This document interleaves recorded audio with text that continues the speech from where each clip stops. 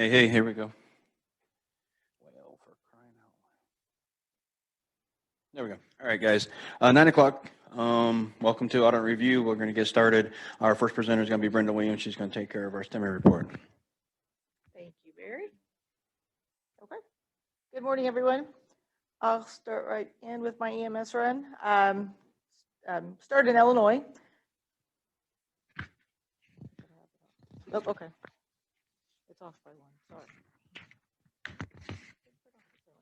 Okay. 1644. EMS was dispatched to a residence. Patient was complaining of chest pain radiating down the left arm. By 1652, they arrived to find a 40-year-old male, nauseated and extremely diaphoretic, ashen in color, standing next to the vehicle. Oh, there you go. Sorry. Okay, I like it better when we're doing it. Yeah, very much so. Yes. Okay. Again, found the patient extremely diaphoretic, ashen, and standing next to his vehicle. Patient states he hadn't felt right most of the day, started when he was carrying groceries in 25 minutes prior to calling 911. He described it as burning sensation that radiated down his left arm. By 1654, they'd gotten a 12-lead EKG, showed sinus tach with depression in V1. By 1657, they got vital signs, blood pressure of 176 over 108, heart rate of 110, it was 96% on room air, respirations were 22, and he was rating his pain a 10 out of 10. By 1700, they gave him 324 milligrams of aspirin, and they got a 20-gauge IV inserted into the left AC. By 1706, from 1706 to 1714, they had given 2 nitro, 0.4 milligram sublingual with no relief. By 1720, they ended up giving the 3rd nitro, which brought his pain to a 6 out of 10. 1724, patient was in VFib on monitor during transport and becomes unresponsive, no pulse, compressions were started. 1725, they gave the first shock at 360 joules and continued with compressions with no change. But 1726, they gave the second shock at 360 joules, continued compressions, again, no change. 1728, they gave the 3rd shock, again, 360 joules, delivered and immediately noted sinus brady on the monitor. At 1733, 1833 Indiana time, was arrival to Union Hospital. Patient was awake and talking, though he was confused. By 1837, EKG obtained showing elevations in 1 and AVL with diffuse depressions in 2, 3, V1 through V6. Acute, the doctor called it acute posterior lateral myocardial infarction. 1850, the ED physician spoke to cardiologist who recommends heparin bolus and drip and amiodarone bolus and drip to be started. 2008, he arrived to the cath lab. By 2053, balloon catheter was across target lesion with some difficulty. A drug-eluting stent was successfully deployed to the left circumflex artery in its mid-segment, reducing the blockage from 100% to 0. The patient transferred to ICU and discharged 2 days later. His door-to-balloon time was 140 minutes, which was out of the time, but they did have difficulty crossing the lesion. I do share that next slide you see where we're door-to-balloon within 90 minutes, 100%. April, we will be most likely 100%. Cases like this do drop out if the physicians can prove the reason why we were over the door-to-balloon time. And when they run into a problem like that, then it does count. So, and they are able to take that one off the list. Thank you. Thanks, Brenda. All right. Hey, as a reminder, as Beth's coming up here to get ready to do her the stroke, remind to everybody, make sure you email to me that you were on so you could get credit for audit review. Within the next 2 or 3 days, I should have this video up on the YouTube page for everyone to view also. So our next presenter is Beth Harrison. She's going to do our stroke. Good morning, everyone. Please forgive me as I do this because I'm the least techie person you'll ever meet. So if it messes up, bear with me, okay? I wanted to start out my presentation by giving a big shout out. As you guys know, may or not know, Clinton Hospital, our acute access hospital, has become an acute stroke ready hospital. And Eliana Ambulance in Clinton had a 27-minute TPA the other day. So thank you for all that hard work. Congratulations. This case I'm going to present is a very good case. It was one of our ambulance services here in Terre Haute, and it was textbook. They did a great job with this. This patient was a 71-year-old female. Her last known well was 5/31, at 5:30:21, get the right date, at 9:30 a.m., this lady had went out of her house and sat down in a chair in her front yard and was unable to get up afterwards. She stated she just felt really weak. And her roommate did, not a roommate, but her neighbor did come find her, and she was not able to stand up. EMS was notified at 10:03, and they arrived at the scene at 10:08. A stroke alert was called to Union at 10:25, and she arrived at Union at 10:28. When EMS arrived, they did find the patient alert but very confused. She had left facial droop and left-sided weakness and slurred speech. As EMS was on site, this patient had a rapid decline and had a great increase in her stroke symptoms. They did do the Cincinnati stroke scale, and that was positive for left facial droop, left arm droop, and slurred speech. The Van scale was also completed, which really showed double vision, severe aphasia by the time it was completed, no sensation on either side of the body, left weakness, which she totally lost her left grip. The patient came to Union. She went direct to CT on the cart. Her NIH when she arrived at Union was 15, so she's had a pretty significant stroke. The CT was completed, which showed no bleed, but it did also show a small infarct at the head of the right caudate with unclear chronicity. So if a stroke is showing up as soon, it's probably a large stroke, or it could be a chronic that she's had a stroke in the past. They weren't sure. They did consult teleneurology, and they went ahead and made a decision to go ahead and TPA her. And she was a 26-minute door-to-needle time. As she was here at 11:26, a CTA of the head and neck was completed, and it showed an occlusion of the M2 segment of the MCA. So if you think the MCA, put your hand here, that's about that much of your brain that's affected by your MCA. And hers wasn't a smaller segment, the M2 segment. You have the M1, M2, and M3, but the M2 was occluded. We did send her to Methodist, and she was sent via Lifeline. When she got there, they did repeat the CT to make sure there was no bleed from the TPA. And then they did a CTP, which is a brain perfusion test, which shows she did have some penumbra, which is some salvageable brain tissue. So they did take her to the IR suite, and they did a cerebral angiogram, but they could not retrieve the clot because it was too far distal. They did repeat the CT on the 31st, which was positive for that right MCA infarct, but she also had a converted to a small hemorrhagic stroke of the right frontal cortex. The likely cause of the stroke, they found out when they did their echo, was she had a right to left shunt, which was unknown. She remains at Methodist in the neuro ICU, and she will be going to a rehab facility possibly today in Indianapolis because that's where her family's at. But you know, the ambulance did a great job. They got there, they assessed her appropriately, they did both scales, they went ahead and called that out, and we knew with that much of a change that we were expecting a big stroke. So great job, guys.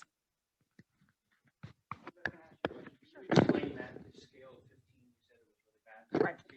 Sure. What we do here in the hospital is we do the NIH, the National Institute of Health Stroke Scale, and it is a scale that can go anywhere from 0 to 42. I've never seen a 42 in my life. Usually if you get up to about a 25, it's pretty much a fatal stroke because it's so much brain territory. But when you get to 0 to 7, if you have an NIH of like 3 to 4, you could probably go home with some deficits. You get up to 7 or 8, you're probably going to a rehab facility.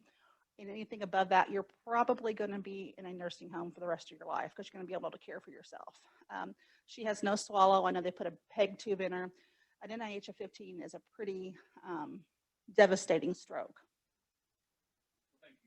As a EMS, we wouldn't have known that. I appreciate that number. Yes, it's a different It's scale. a different scale. It's something. Thank you very much, Beth. Appreciate that. Good job, all EMS teams for that one. Next up is Jackie Martin with the trauma. Thank you. Here, Okay, so I know you guys are always wanting cases to learn from, and even though there is always something to learn, you actually do a really, really, really good job. So when I pull the cases, it gets harder and harder, and that's a good thing. That's a good thing that it gets harder and harder. So the two cases I pulled today are both ATV crashes. I think they're actually both side by sides. So I did this because, one, we've had an explosion of ATV crashes here lately, as you guys know. And the other thing is our trauma numbers. So we can't count 2020 because we all know that went down the toilet real fast. So let's compare them to 2019. So in 2019, Union Hospital as a level 3 trauma center would do about 45 to 50 trauma cases a month. That's all of our traumas. So that includes grandma that fell at home. That includes the little kid that fell off the monkey bars, as well as the big crashes. So the last January, February, March, and probably April, we have done 75 to 80 trauma cases here at Union. So a lot of those have been silly stuff, as you guys know, because you bring them in. And here recently, we've had a lot of ATV crashes. So I want to review 2 ATV crashes, and I'm going to show you, so let me remind you that you do not, as EMS, have to make these decisions. All we want to know from you is trauma alert, yes or no. But I'm going to compare both of these cases to how we determine the level of trauma. And the other reason I want to do that is because it's easy for us here at the hospital to forget that each of your services are very, very different. There is a huge difference in a patient that had an ATV crash here in Vigo County versus a patient that had an ATV crash in Park County or even Vermilion County. So you use resources differently than we do here in Vigo. You use aircraft differently than we do here in Vigo. So I'm going to go through each of these cases, and there are a couple of things to learn, but honestly, both of these are really good cases. And I'm going to show you how we make the determination of what we're doing. So the first one is an ATV crash. It came in about 6:02 in the evening. They were en route at the same time, and they were on scene at 6:13. They left scene at 6:26, and they actually got here at 7:04. So good times. So 911 call to arrival on scene was 11 minutes. They were on scene for about 13 minutes. And from the call to getting here was 62. So remember, ATVs typically happen in the county. So the initial dispatch was to a crash with an ATV. They found, on arrival, they found a 27-year-old male that was sitting in a police car. He was awake and alert. He had a Glasgow of 15. He was pink, warm, and dry. His pupils were reactive, no JVD. He had good equal breath sounds. There was no pedal edema. So overall, he looked okay. So then they tell you he was the driver of the ATV that rolled several times. He was ejected with a positive loss of consciousness. So now the picture's changing a little bit. He had no memory of the crash. He told you he had pain to his right arm. He had some minor lacerations and abrasions to his face. No neck pain. He ambulated with a steady gait. Overall, his exam was negative, but he did have some right rib pain, and it hurt even more with deep inhalation, and he was guarding his right arm. So that makes sense. He's probably got some busted ribs. So a saline lock was started. Good job there. Left AC got a 16 gauge. It was put on a monitor. And now he says, oh, I've had a couple beers. Vital signs were good. 143/96. So if anything, he's mildly hypertensive, but that can probably be accounted for because of what's going on. Heart rate was good at 100, 18, stats are 99, Glasgow 15. At 18:56, the second set, blood pressure come down just a little bit. Everything else stayed about where it was at. So he's pretty stable. So the IHERN's called in, and we're told that it's an ATV crash with a positive loss of consciousness. He's got pain in his right arm and face. He gets into the ER about 7:11. We call him a level 2, and the reason we call him a level 2 was because he was ejected from a vehicle at an unknown rate of speed. They tell us that we find out that he's been drinking. He has a positive loss of consciousness. We have no idea how long he was out. He has right shoulder pain, but he's not dizzy. He doesn't have a headache. His back's not hurting. His chest is not hurting. We do a fast exam and it's negative. So the bedside ultrasound didn't show anything devastating. Vitals in the ER, about the same as what they were, 138/89, 109 heart rate, 15, 97% on room air, Glasgow 15. So we originally called it a 2, but the physician notes that he finds out from EMS that the passenger was lifeline from the scene, and so we call it a level 1. And if I remember right, I think this is a Park County run. Park County uses Lifeline differently than Vigo County uses Lifeline. They have one ambulance on at a time for the whole county. So when they have 2 patients, they don't have the option of calling for a second squad as quickly as we do. They can do it, but it takes them a little bit. So because of where they were at, they made the appropriate decision to airlift that patient to Indianapolis. And if you think back to your CDC algorithm, it says the highest level of care. It doesn't say the highest level of care closest to you. So the patient here was admitted under observation, which means they had less than a 24-hour stay. We admitted them to trauma appropriately. And all he had was facial abrasions and a concussion, and we actually discharged him the next day at around not even 1 o'clock. So less than a 24-hour stay. So let's talk about how we got to that point. So here's our level 1 criteria. Was he a traumatic arrest? Nope. Did he have respiratory insufficiency? No. His SATs were good. Did he have a respiratory rate that was low or high? Nope. Blood pressures were good. Heart rate was good. He wasn't burned. There was no uncontrolled hemorrhage. His Glasgow was good. There was nothing penetrating. He didn't crush or mangle an extremity. Nothing was amputated. He did not have to have blood products. He did not deteriorate from being previously stable, but the physician felt like he needed to be upgraded, and that is an appropriate decision to make. So here's our level 2. So this is what we called him when he first come in the door. He did not have a Glasgow less than 11. He stayed 15 the whole time. He did separate from a motor vehicle greater than 20 miles an hour. He did have a rollover with ejection. So sometimes it does slip through the cracks that the ATVs are a motor vehicle.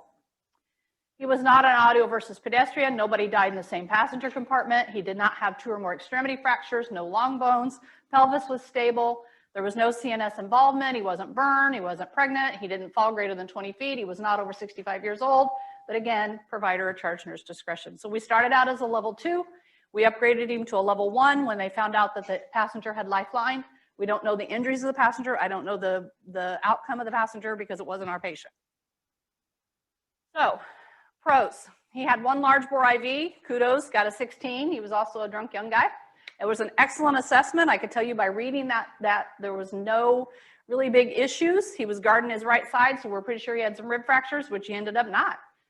Vital signs were not charted until 1841. That was the only thing that kind of caught me. I don't know that it really, maybe it was 15 minutes, which was really unusual, especially for this medic, because he's very, very seasoned.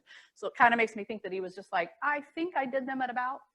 And then 28 minutes after arriving on scene was when the vitals. So the same set of vitals. The first set was done 15 minutes after they left scene, 28 minutes after arriving. So that was the only con I could really find in this, other than I just wanted you to see how we get to our decisions on whether it's a level 1 or level 2. You do not make that decision. You do not have to make that decision. All we need to know was trauma or not trauma. But going back, these are the questions that we want to know. So this is how we determine if it's a level 1. If any of these things happen, or that doc's like, you know what, based on that mechanism of injury and the way this patient looks, I want a 1. Because it gets him more resources here in the ER. It actually gets a trauma surgeon in the bay. And then here's the level 2s. So he not only clicked off 1, he clicked off several of those. So he definitely was a level 2 and appropriately upgraded to a 1. So let's talk about the second crash. So it also is an ATV crash. This is the one that make the parents go, really, what were you thinking? So then the 911 call came in at 3:32. They were dispatched at 3:36, so a little delay there. I'm not sure what happened. En route at 3:36, on scene at 3:44, left scene at 4:02, and here at Union at 4:35. So 911 called to getting on scene 12 minutes. They spent 18 minutes on scene, so call to here was 63 minutes. And this was out in the county too, this wasn't local. Dispatch to an ATV rollover. Okay, so automatically your spidey senses should be up. 2 females, 2 children, unknown injuries. So they immediately, kudos to the medic, immediately requested additional ambulances. Dispatch come back and said the kids were injured. Okay, how they knew that, I don't know, other than someone on the phone said, oh no, the kids aren't hurt, they just flipped an ATV. So 1 female had a small laceration to her lip, 2nd one was complaining of arm and hip pain. So this is dispatch's information back to the medic. So the medic shows up, he finds a patient in the field, 1 sitting next to the ATV and the 2nd one is laying supine on the ground. So the bystanders had taken the kids up to the house. So the medic says, hey, you know what, next unit, stop at the house and check on those kids. 3rd unit was told to go on in, so they had 3 units, 1 taking care of each adult, and somebody went to check on the kids. So this particular patient was found alert and oriented. She said she was seated in the middle of the ATV when it crashed. So we have a 6-seater. If you're in the middle, and there's only 2 adults, and if you have a 2-seater and you're in the middle and there's only 2 adults, you're sitting on things that aren't really a seat, okay? So our left shoulder, right hip pain, they implemented spinal precautions, moved her to the ambulance, where they then took her clothes and boots off. So at least she had boots and jeans on. Her skin was pink, warm, and dry. Pupils were good. Lung sounds were good. Pedal pulses were good. Her belly was soft. She had swelling to her left shoulder. She said it was a 10 out of 10. No shortening or rotation to the legs. Started an IV, gave her a 0.5 milligram of Dilaudid. And then he says, ooh, I got a little crepitus in the hip. So they secured it with a blanket roll. So vitals, really good job on vitals. All the way through, she stayed pretty stable, a little tiny bit low, but nothing to make us really crazy nervous yet, but enough to make us go, ooh, I got to keep an eye on that. The stats were good, respirations were good. She was alert, heart rate stayed pretty steady. So they call the IHERT in, tell us an ATV rollover at about 30 mile an hour. They tell us that there's right hip crepitus and that there's left shoulder pain. So let me put a little disclosure here. So we all know that it's not always a nurse that takes the IHERT. And so sometimes the information that is written down, you've given us far more than that. So this is all that I can tell you that was written down on the paper. So ED calls it a level 2 appropriately. It's an unrestrained passenger flipped onto the side, unknown speed, but fast enough to do donuts. 2 adults, 2 kids, positive head strike, no loss of consciousness, complained to left arm, right hip, right chest pain, and they gave Dilaudid per EMS. So vitals are still pretty stable for us. We actually admit her to ICU under trauma with an ortho consult because she has multiple rib fractures on the right. She has a pulmonary contusion and a pelvic fracture. She goes to surgery on day 2. She does a little therapy on day 3, and we send her home on day 4. So let's go back to our criteria again. So all I need to know from you is trauma or not, right? That's it. But then once we get that information, so the more information, so the goal of doing this is so that you can give us the information before you get here. The more information I know before they get here, the more appropriate I can call the level. Level 1 would get a surgeon in the room. Level 2 gets the ER doc and goes from there. So was she a traumatic arrest? Nope. Did she have respiratory insufficiency? Nope. Respiratory rates were good. Systolic was good. Heart rate was good. She wasn't burned. She wasn't hemorrhaging. Glasgow was good. She didn't have any penetrating trauma. Nothing was pulseless or crushed. We had crepitus, but it wasn't pulseless or crushed. No amputations. We didn't need to give her blood to maintain perfusion. She didn't deteriorate from previously being stable. And this particular physician said, you know what, I'm good. Let's keep going. So her Glasgow was in good shape. She separated from a motor vehicle greater than 20 mile an hour. Originally we heard 30 and then we heard fast enough to do a donut. So somewhere in between there. It was a rollover with an ejection. It was not an auto versus pedestrian. Nobody died. She had more than 2 extremities fractured. She had her hip, she had her ribs, and then she had her pulmonary contusions. No long bones, no, the pelvis. I put no for unstable because they ended up calling it a stable fracture, but in EMS and ED, we don't know that yet until we get those x-rays back. CNS was not involved. She wasn't paralyzed. She wasn't burned. She wasn't pregnant. She didn't fall greater than 20 feet or a child greater than 2 their height. She wasn't over 65, but the doctor and the nurse both said, yeah, this is a level 2. So very appropriate. I have no cons on this one. This was an excellent assessment. There was a ton of vital signs. I felt like EMS handled it appropriately. Kudos to the medic for staying on dispatch going, give me more help, because they were blowing it off, I felt like in the beginning, at least the way it was worded. So I would love to give you stuff that you screw up really well, but honestly right now, you're kind of knocking it out of the park with trauma, and you've had a lot of practice here lately. So. All right. Thank you very much. Next report is going to be from Brenda Vorick-Bellish. She had a really good, this is a case study that she did, and I asked her to present, so this will be the first time she's ever done this, so she'll do really good.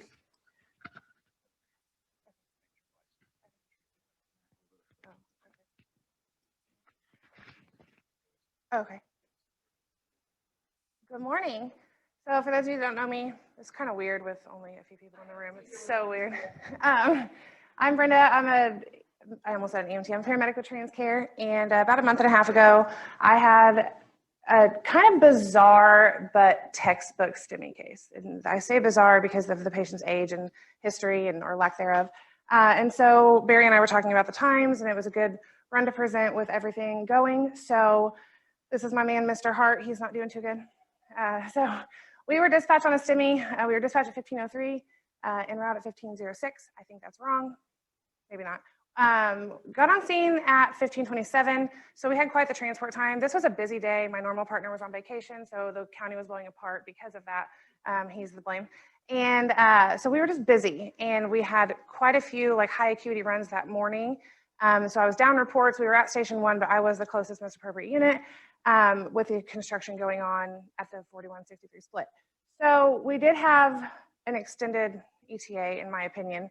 But so got on scene at 1527, and then you can see the rest of the times there. And we'll talk more about those in a minute. But So we were dispatched on a 42-year-old male complaining of chest pain. When we got on scene, one of the fire guys was outside and there were a couple more inside. And he came to the passenger door of my ambulance and he said, I think he's anxious. Like he's just in there, he's rolling around on the floor, like he's just anxious. And he started giving me a little bit of a report that the patient was at work. He was eating lunch. He had a lunch meat sandwich per normal, which is what he does every day. And then had a sudden onset of crushing chest pain. That's how he is, crushing. Non-radiating, just right here, crushing. And he said he's in there and he's just clutching his chest and he's uncomfortable is the word that he used. And then he's like, I think he's anxious. I'm like, yeah, probably. That's what we all say. So, but then as I'm getting out of the truck, he said he started vomiting. And I was like, oh, okay, cool. So then fire says that the patient then called his significant other to come pick him up from work and took him home, where he then took a 2-hour nap. Which is the greatest thing to do when you're having crushing chest pain.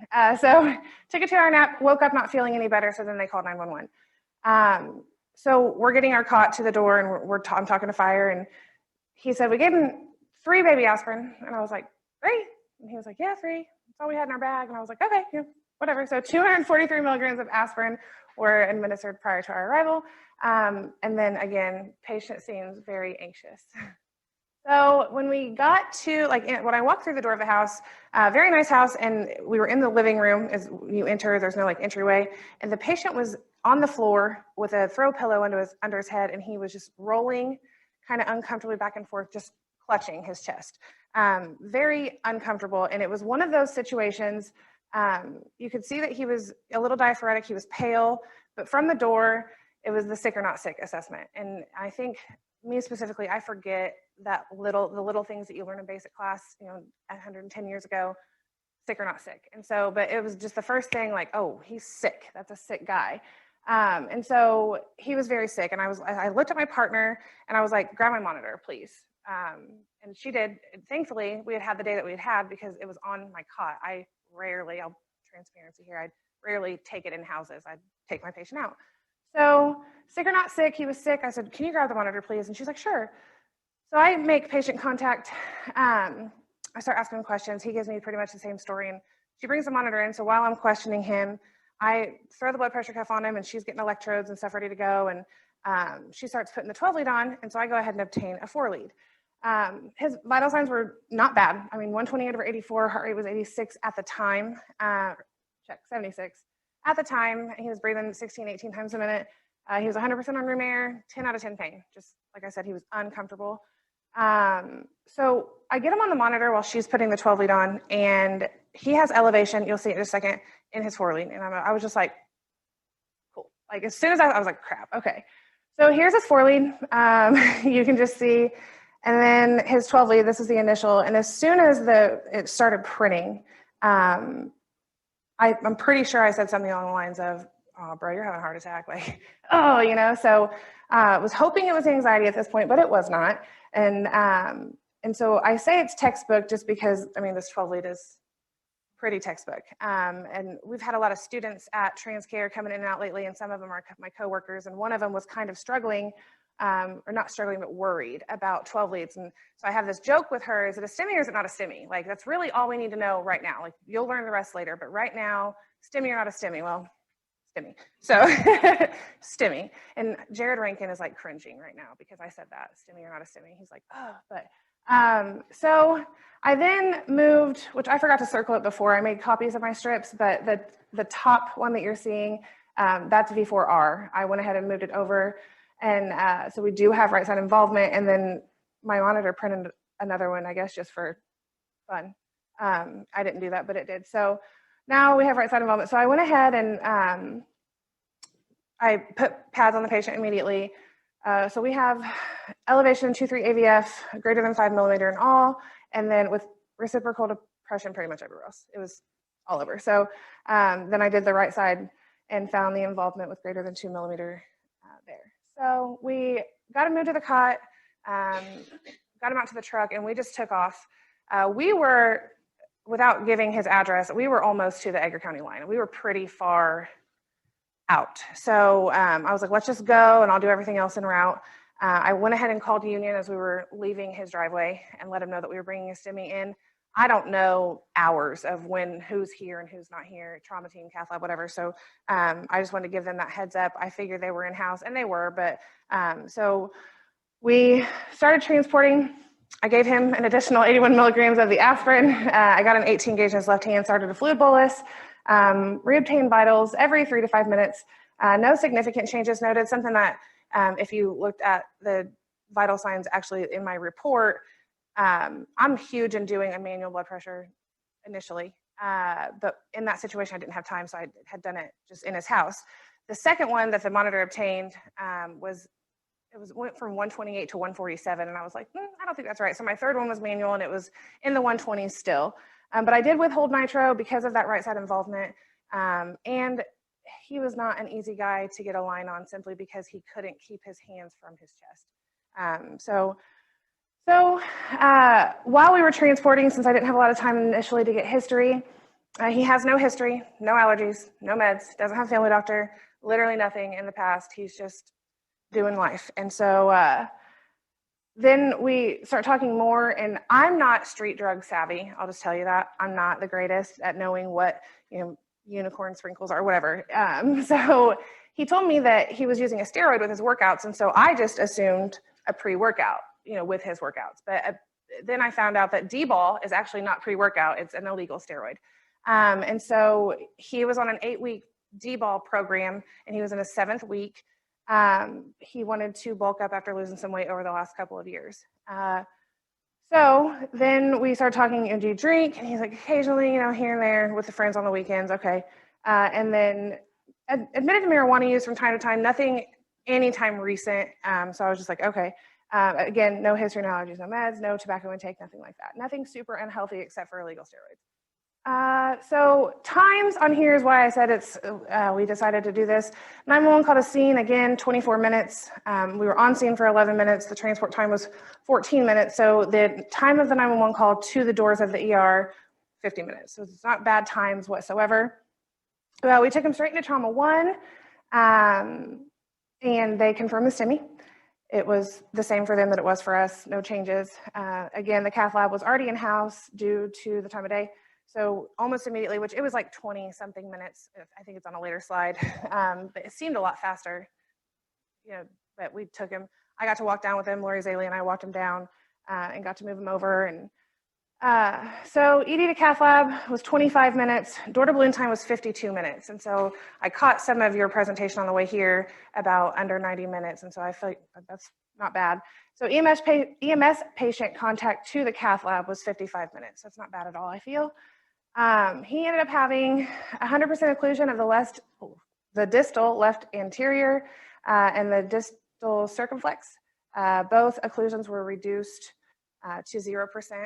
And then I think at one point I was told by a nurse here that he also had just a clot removed. So I'm not 100% sure.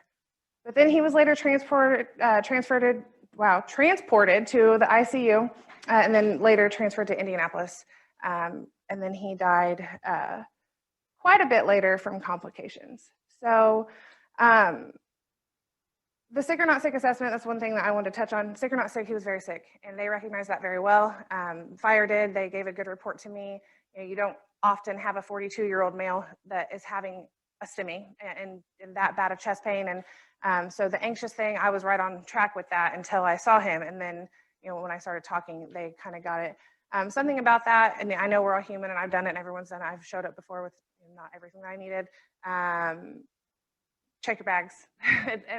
81 milligrams of aspirin wasn't going to make him or break him, but check your bags. And then the patient contact time to 12 lead time was 3 minutes. And I think I'm just kind of tooting my own horn on that one because I never, like I said, I stay within the 10-minute rule of patient contact to 12 lead on chest pain calls, but it's never 3 minutes. Never, I'll be completely honest. And then just good teamwork, I think, between our crew, the fire department, and then the ER and cath lab staff. They did great. They got him right in. And so that's all. Good run.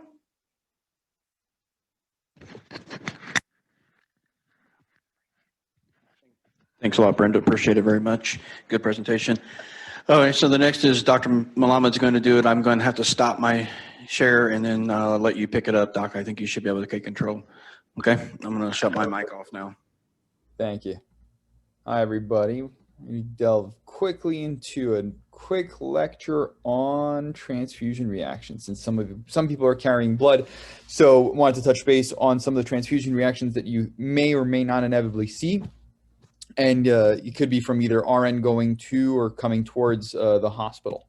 So just a quick overview on what blood products actually are, right? So obviously everyone knows that there's whole blood. So some crews, depending on what EMS system you're ever a part of. So if you guys ever go outside of the Indiana system, you may have whole blood in the pre-hospital care environment. Packed red blood cells, platelets, fresh frozen plasma, cryoprecipitate or precip.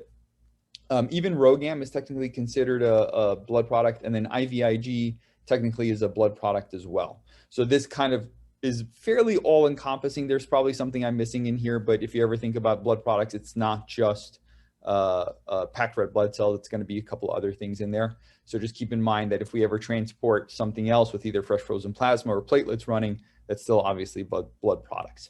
And then the next thing we'll do is we'll go through some simple cases just so you get a better sense, because there's roughly about 4 or 5 major things you should be aware of and how to present themselves. So I created some cases for each one of these, and that way at least you have a clinical scenario that makes sense of what you may or may not see.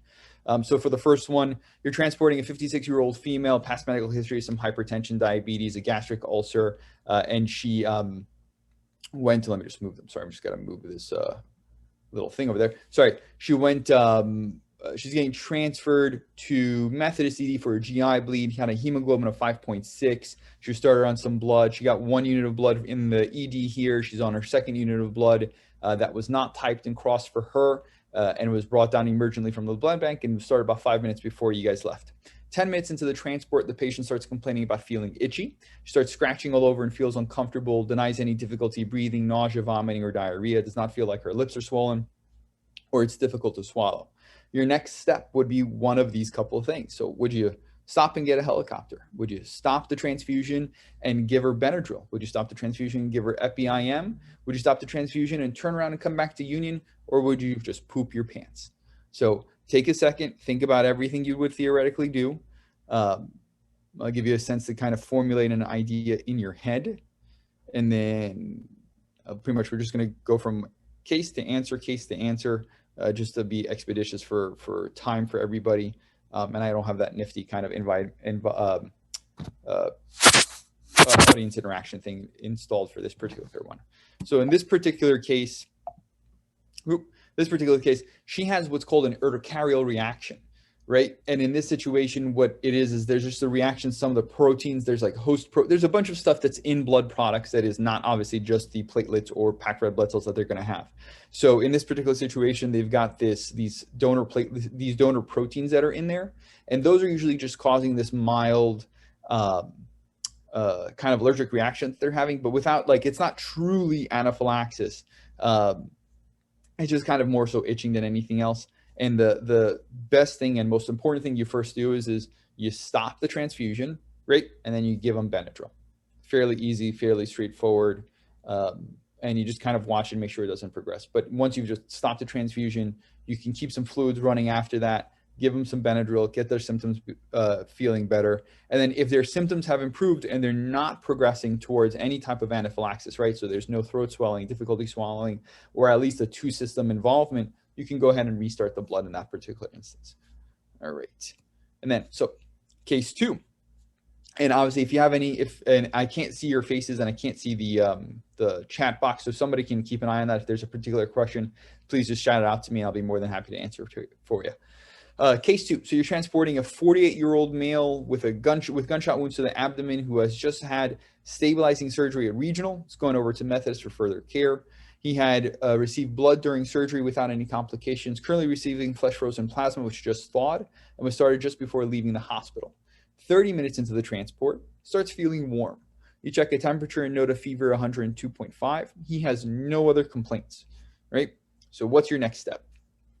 Do you intubate the patient? Do you, again, stop the transfusion and give Benadryl? Do you stop the transfusion and give Epi? Do you stop the transfusion and give Tylenol? Or not only have you pooped your pants, you're going to poop your pants some more. Which one do you do? So think about those kind of options. Hopefully you're not pooping your pants. So thinking about that and thinking about kind of how I've painted this picture, what would you do? And I hopefully most of you guys have picked option D, which is stop the transfusion and give Tylenol. And what's going on here is the patient is having a febrile non-hemolytic reaction, right? So there are these things that are what are called cytokines and interleukins. They're in essence kind of part of your immune system that causes this reaction that they're having. It's usually in the situation where it's solely a fever, right? It's not always a clear diagnosis. So this is the kind of thing that sucks about these febrile non-hemolytic reactions, because you can have them with some other things too that are a little more serious. But in this particular instance, I've painted a picture where it's solely fever and nothing else, right? So in this particular instance, you're going to go ahead and stop the transfusion and you give Tylenol, right? And you're not going to go ahead and restart the transfusion. Of all the transfusion reactions that are out there, this is probably your most common one. And this is one of the things we typically watch for in the ED when people kind of get blood. Is the first thing is are they going to start having a fever? We'll stop the transfusion, give them some Tylenol, and kind of reassess and go from there. Next case. So you're transporting a 78-year-old female, bunch of comorbidities, from Union to Methodist for further evaluation of a GI bleed. She was found to have a hemoglobin of 2.8 and her INR, right, which for some, if you guys don't know what INRs are, INR is a measure of kind of the coagulation cascade that's affected by Coumadin, right? So INR of 9, which is fairly high. Your normal INR should be closer to 1, and people who are on Coumadin for their AFib should be somewhere between 2 and 3. So her INR is significantly high. While waiting for a bed to become available, she got 4 units of PRBCs, 2 FFPs, vitamin K, protonics, and is now on her 5th unit of blood, which was started about 20 minutes ago as you transport her. So as you're transporting her, you note that she starts getting a little bit short of breath and her work of breathing increases. You get her last set of vitals, which were about 3 minutes ago. Heart rate's about 98. She's a little hypertensive at 188 over 96.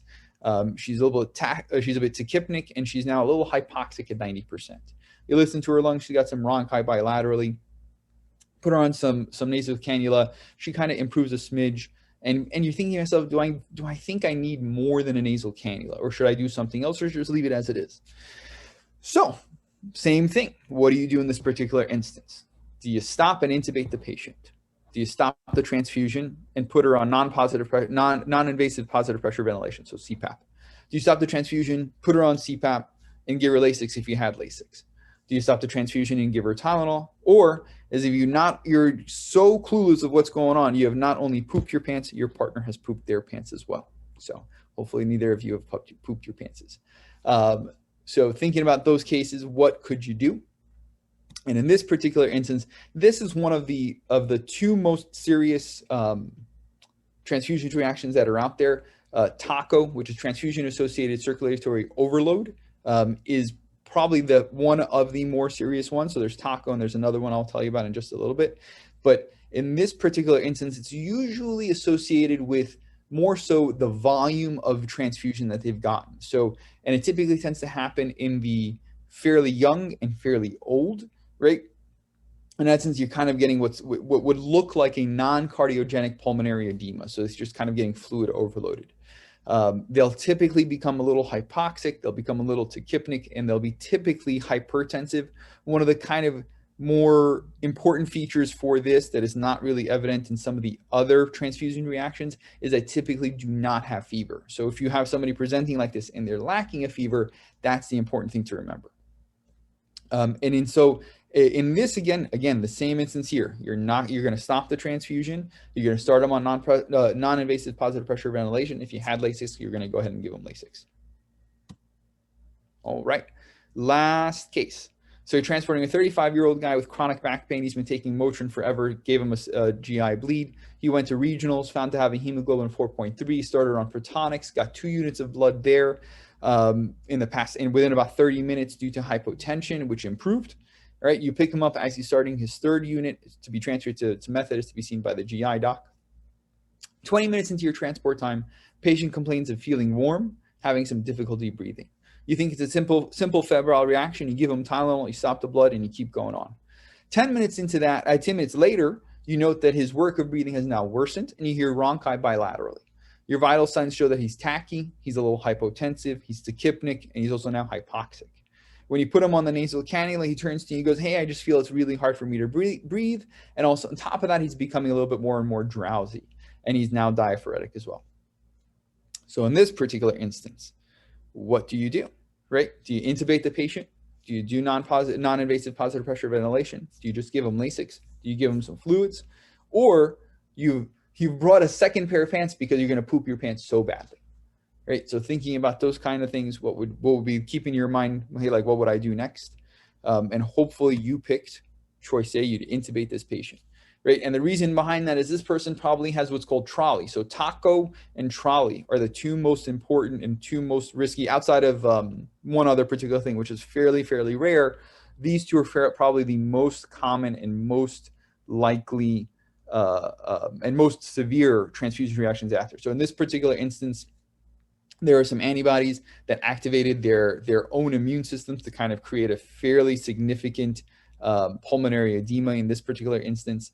Right here, they're going to have some fever, they're going to have lung injury, they're going to have hypoxia, and they're typically going to become hypotensive too, right? And so this is where you start getting really aggressive, and this guy probably needs to get intubated, more so for airway protection and for his hypoxia, all right? And again, obviously the other last thing that I didn't make an option here, but you were stopping the blood, right? So other couple little reactions that may come with it, right? So anaphylaxis is anything that kind of progressed from that initial picture that you had from that urticarial reaction to true anaphylaxis. And you're going to treat it like any other anaphylactic reaction you have, right? You're going to give them all the anaphylaxis meds. You're going to give them EpiIM, hopefully going to kind of go from there. And then lastly, the more severe or most severe form of a transfusion reaction, which really doesn't happen that often, is an acute hemolytic transfusion reaction. And in this particular instance, it's where, for example, we gave somebody who is, let's say, A positive, right? We gave them B positive blood. They're going to have antibodies to that particular blood, and that is going to cause a severe hemolytic reaction, and that person's going to go down the tubes fairly quickly. So really, taco and trolley are the most important things to remember. The biggest thing out of every case that you just saw is that you're going to stop the blood, right? So every kind of scenario, you saw that we stopped the blood and we did some sort of intervention. We either gave Tylenol, we gave Benadryl, we put them on non-invasive positive pressure ventilation, or we actually intubated the patient, right? But almost every single case, you're stopping the blood and then doing some sort of intervention. And then those are some references for everybody. And that is about it. Anybody have any questions about the stuff that I ran through fairly quickly? I know it was a little quick because I don't want to bore you with any of the minutia of transfusion reactions that you're never going to really go into or do anything much about. But those are really the biggest things to remember in terms of carrying blood, giving blood, transporting somebody who's actively getting blood. Is any of these particular instances, you're going to stop the transfusion and then reassess and figure out what's going on. Thanks, Matt. Much appreciated. Couple things to let everybody know what's coming up. It's June 8th. Next month in July, we're going to be doing RSI test out for the paramedics. It's going to be on July 21st, 22nd, and 23rd. You have to have this done by the end of the year, so we'll be doing another set in October for 3 days. The first 3 is going to be at the Rick Simulation Center. You'll be taking the written test, and you'll be doing, yeah, okay. Anyway, so it's all over the place, huh? Hey, I'm over here. There we go. So it's coming. So we're going to be doing RSI test outs for the paramedics. If you've done it earlier this year, you still need to go through this thing, but you will not need to retest. That was a decision made by the EMS advisory group this morning. More would be talked about this at regional next month, but it's 21st, 22nd, 23rd of July, and then again 3 days in October. But that has to be done by the end of this year because everyone will need to renew this year. There are some criteria that if you've done some RSIs or innovations in the field and successfully, you may be able to be exempt from that. Make sure that your services are looking that for you and finding out, but I'm pretty sure I don't believe anyone's done enough of those in the last 2 years to not be tested out with the medical directors.